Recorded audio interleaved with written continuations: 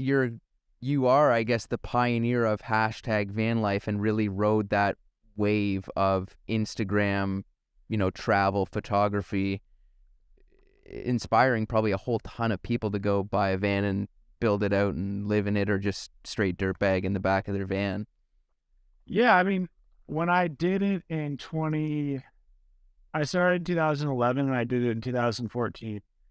And by the time I stopped doing it, it wasn't even really, I don't think it really got peak popular until like maybe 2016 or 17, or maybe even later. Like COVID, I think, was really the moment for van life. Um, Yeah. but, for me, I thought it was kind of funny. And I started the hashtag as a joke with my friend. Like when it's like, oh, your car breaks down or you pee in a Crystal Geyser water jug, like that's van life. It wasn't like this kind of like yoga aspirational thing.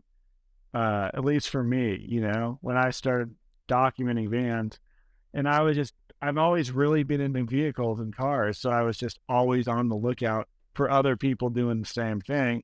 And when I saw a cool car or a truck or a van or a camper, I would just stop and take photos of it. So, Right. and What got you in? Sorry, go ahead. well, yeah, and then that kind of just like spawned and kind of grew into this thing that, way larger than I ever thought it would be. And I never had no idea I had no idea it was going to shake down like that, but I knew that that was my favorite way to travel. And that I was just shocked that people weren't kind of traveling and documenting it that way. I mean, obviously people were traveling like that, but they weren't kind of documenting it in a way that I thought was interesting. Um, Right.